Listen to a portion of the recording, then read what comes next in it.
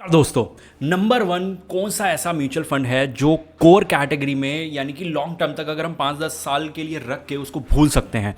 देखो यहाँ पे ना मैं बहुत एक बड़ा आपको एक स्टार सा दिख रहा है, जैसे टर्म्स एंड कंडीशन अप्लाइड होती है ना, तो इसमें भी टर्म्स एंड कंडीशन अप्लाइड हैं। तो वो क्या टर्म्स एंड कंडीशन है मैं बाद में बात कर लूँगा, लेकिन फ़ंड के नाम क्या हैं, क्या रिटर्न्स हैं और अभी आगे वॉलेटाइल मार्केट में किस तरह से हम रख सकते हैं। ठीक है, इन फंड्स को रख सकते हैं मोस्टली 3 to 7 ईयर्स के लिए या फिर उससे ज़्यादा के लिए भी। जैसे मेरे पास SBI कॉन्ट्रा शायद 8 साल हो गए हैं उसको, और काफ़ी एक ऐसी ICICI वैल्यू डिस्कवरी है, तो इस तरह के फंड्स को 7-8 साल हो चुके हैं, और पराग पारिक को भी शायद 5 से 6 साल हो चुके हैं। मैं ये वो बता रहा हूँ जो मेरे क्लाइंट्स के पोर्टफोलियो में हो चुका है। ठीक है, लेकिन अभी वापस वीडियो में चलते हैं और देखते हैं सबसे पहला फंड। देखो, इसका नाम ना आए कोर कैटेगरी में तो मतलब ही नहीं बनता ना ये, लेकिन हाँ मैं कह रहा हूँ एकमात्र मैं था, इस चीज़ पे मैं प्राउड फील करता हूँ, एकमात्र मैं था कि जब ये पिछले साल रिटर्न नहीं दे रहा था और मैं बोल रहा था कि यार इसको रख लो पोर्टफोलियो में, ज़रूरी है, मत निकालो, एज ए लार्ज कैप रख लो, 10% रख लो, लेकिन रख लो। सब ने वीडियो बनानी शुरू कर दी थी, अंडर परफॉर्म कर रहा है पराग पारिक, ये वो ये फलाना ढिमकाना, मतलब क्या यार, क्यों? जिस फंड ने बार बार बेयर मार्केट में परफॉर्म किया है, ओ वही बात है ना, यूट्यूब पे वीडियो बनाना अलग बात है, पोर्टफोलियो मैनेज करके देखना अलग बात है ना। तो मतलब नॉलेज तो आप कहीं से भी किताबें पढ़ के ले लोगे, विजडम कहाँ से आएगी? और ये विजडम मतलब मैं तारीफ़ नहीं कर रहा अपनी, सिर्फ आपको एक छोटी सी चीज़ बता रहा हूँ कि ऐसी मार्केट्स में जब आप इनको ऑब्ज़र्व करोगे ना, बाकी फंड्स को, कि ऐसे मार्केट में ये कहाँ खड़े थे, तो विजडम आएगी। बेशक आपके पोर्टफोलियो में हो भी ना, या बेशक आप पोर्टफोलियो मैनेज भी ना कर रहे हो, तो आप ये चीज़ समझो, उसको देख देते हैं। यहाँ पे सबसे पहले पराग पारिक फ्लेक्सी कैप, कितना बड़ा EM हो गया, लेकिन लास्ट 1 ईयर का परफॉर्मेंस देखो। ये अभी भी 3 मंथ्स, बहुत सारे फंड्स हैं जो नेगेटिव में चल रहे हैं, ये ब्रेक इवन पे तो आ गया, तो रिकवरी तो हो रही है। ठीक है, तो अच्छी बात है, लॉन्ग टर्म में 28% कोई बुरे नहीं है यार।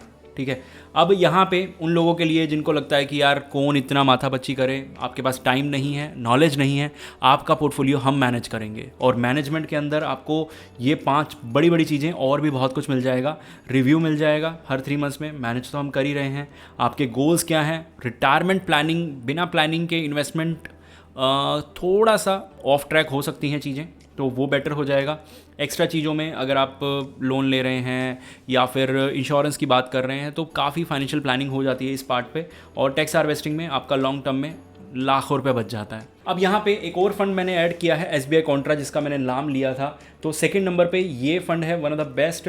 अब इसने भी रिकवरी बहुत ज़बरदस्त दिखाई है, लेकिन मैं इसको कोटेक या इन्वेस्को कॉन्ट्रा से थोड़ा सा नीचे इसलिए मानता हूँ ना कि ये प्रॉब्लम देता है मुझे ये। अब भाई, जब तुम्हारा स्टैंडर्ड डिवीजन इतना लो है तो तुम इतना कैसे गिरते हो? क्योंकि इन्होंने ना स्टैंडर्ड डिवीजन का तरीका ढूंढ रखा है SBI वालों ने। इन्होंने क्या करा है, क्या करते हैं, ये अपने हर म्यूचुअल फंड के अंदर ना निफ्टी 50 पूरा बाय कर लेते हैं। ETF बाय कर लिया या कोई भी कुछ भी बाय कर लिया, निफ्टी 50 मतलब एक ये बाय कर लिया, इससे आ जाता है इनका स्टैंडर्ड डिवीजन बहुत लो। उसके बाद जो भी ये यहाँ पे बाकी जो स्टॉक्स बच गए, उसमें ये बहुत हाई स्टैंडर्ड डिवीएशन के साथ जाते हैं, और यहाँ पे इसका एवरेज बन जाता है एक मीडियम स्टैंडर्ड डिवीएशन, और हमें लगता है कि भाई ये तो मीडियम सा स्टैंडर्ड डिवीएशन है।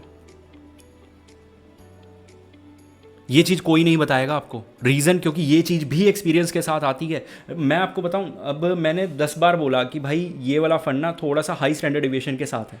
मैं अब आपको देखो एक चीज़ बता रहा हूँ कि इसमें ये प्रॉब्लम है, इस प्रॉब्लम से मुझे प्रॉब्लम नहीं है, ठीक है, कोई बात नहीं, स्टैंडर्ड डिवीजन हाई होता मैं तब भी ले लेता। बस मैं ये बता रहा हूँ कि ये ट्रिक्स यूज़ करते हैं कि स्टैंडर्ड डिवीजन कम हो।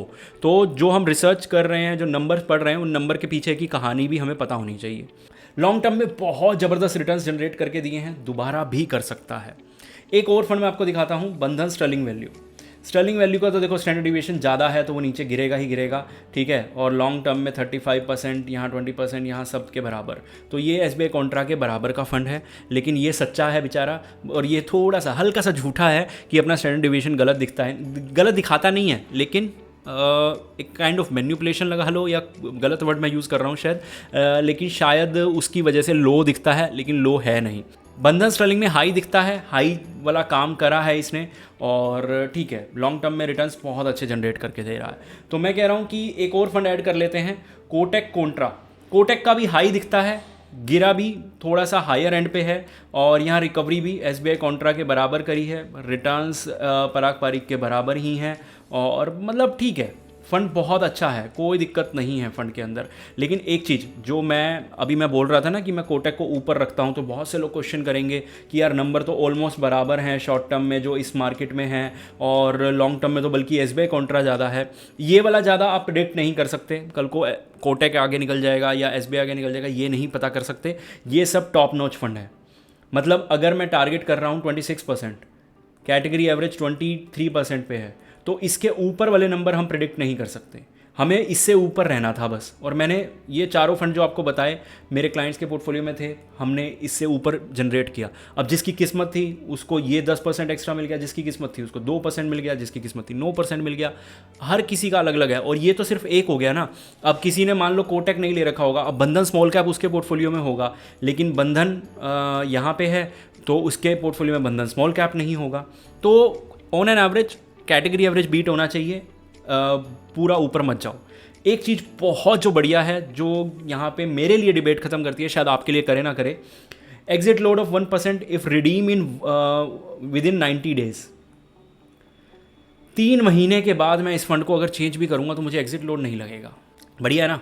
तो ये चीज़ बहुत बढ़िया है कि जब हम इसको, वैसे तो ये कोर फंड होते हैं, हमें चेंज करने की ज़रूरत नहीं होती, लेकिन जब भी हम इसको कोर फंड को हटाने लगेंगे ना, तो हमें बहुत ज़्यादा वेट नहीं करना पड़ेगा इसको रिडीम करने के लिए कि पूरा 1 साल रखना पड़े। तो वो थोड़ा सा एक जो मेजर पॉइंट होता है ना कि हमें 1 साल रखना पड़ जाता है, किसके लिए, शॉर्ट टर्म कैपिटल गेन बचाने के लिए, एग्जिट लोड बचाने के लिए। तो यहाँ पे एग्जिट लोड जब नहीं लगेगा तो शॉर्ट टर्म कैलकुलेट करके इसको जल्दी से जल्दी एग्जिट किया जा सकता है। ये बहुत बड़ा बेनिफिट है, और शायद ये मेरे लिए हो सिर्फ क्योंकि मैं मैनेज करता हूँ पोर्टफोलियो को, तो मैं देखता हूँ। लेकिन स्टिल बोल रहा हूँ, ना एसबीआई बुरा है ना कोटक बुरा है, और जितने मैंने इस वीडियो में बनाए ना वो टॉप नॉच फंड है।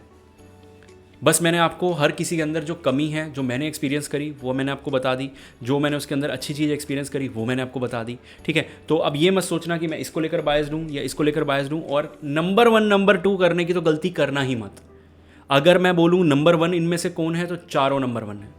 हर किसी के अपने फ़ायदे नुकसान हैं। अब यहाँ पे नंबर 1 हम अपने अकॉर्डिंगली ज़रूर सिलेक्ट कर सकते हैं।